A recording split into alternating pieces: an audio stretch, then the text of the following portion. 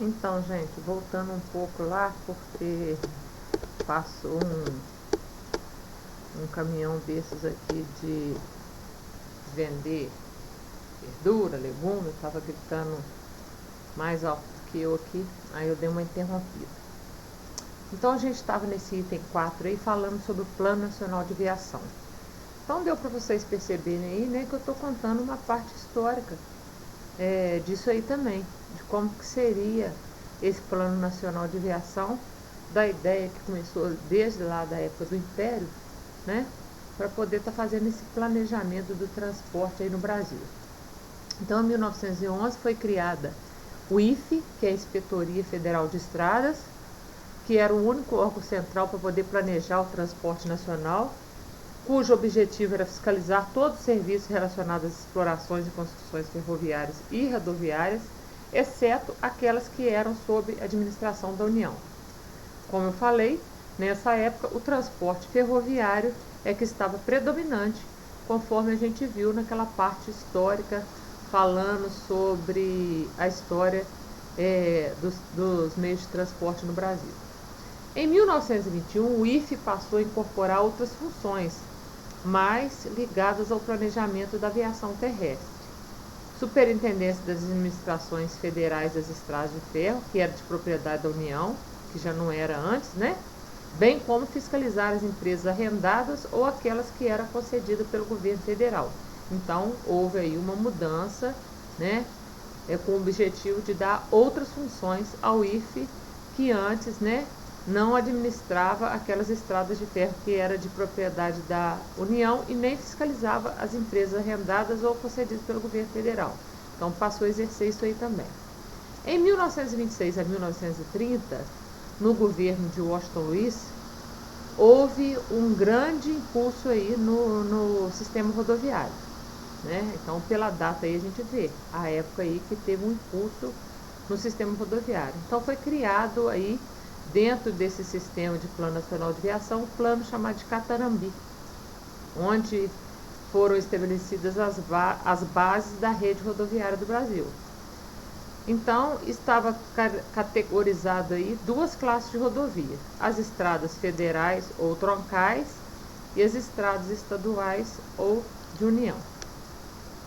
Depois passou aí para o Plano Geral Nacional de Aviação de 1934, já no governo de Vargas, onde foi criado o primeiro projeto para transporte aprovado oficialmente, apesar de sofrer ainda influência dos projetos anteriores.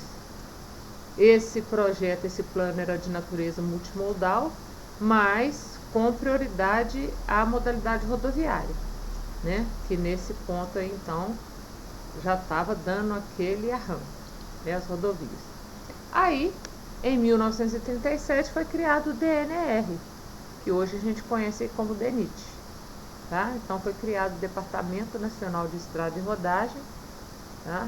Onde foi apresentado um plano de viação, dado aí a política rodoviária em detrimento à ferrovia, mas também sem grande repercussão.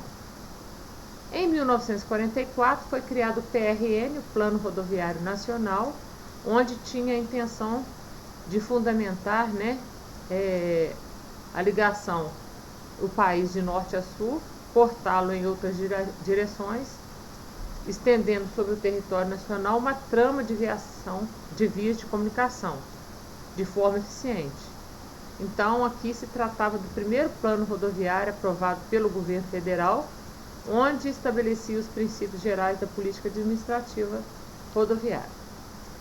Em 1956, no governo de Kubitschek, tendo em vista as urgências do seu programa de metas, obteve-se então a aprovação por lei, mesmo a título provisório, da relação descritiva nesse plano rodoviário nacional e no plano ferroviário nacional. E em 1957, com a implantação da indústria automobilística no Brasil, né, e a decisão de se construir uma capital no interior do país, né, que é Brasília, então teve um grande impulso o desenvolvimento das rodovias no Brasil nessa época.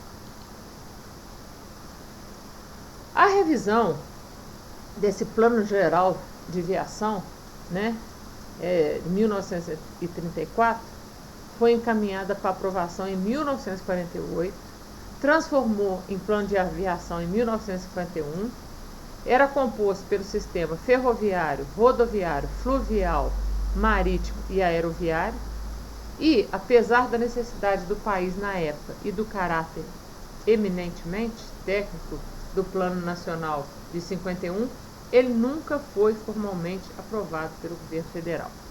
Então a gente vê aí, ó, né, passando de tempos em tempos e sempre como uma lei provisória, né, nada aprovado. Em 64, que tinha o governo militar, né, foi instituído então um novo plano, onde tinha prioridade de integrar o Brasil a partir de Brasília, né, e garantir o escoamento da produção. Esse plano foi fundamental na formação de uma política de transporte no país. Em 73, aí sim, em 1973, por meio dessa Lei 5.917, foi concebido e aprovado então o Plano Nacional de Viação. Aí nesse plano se conceituaram-se o Sistema Nacional Rodoviário, Ferroviário, Aquaviário, Portuário e Aeroviário.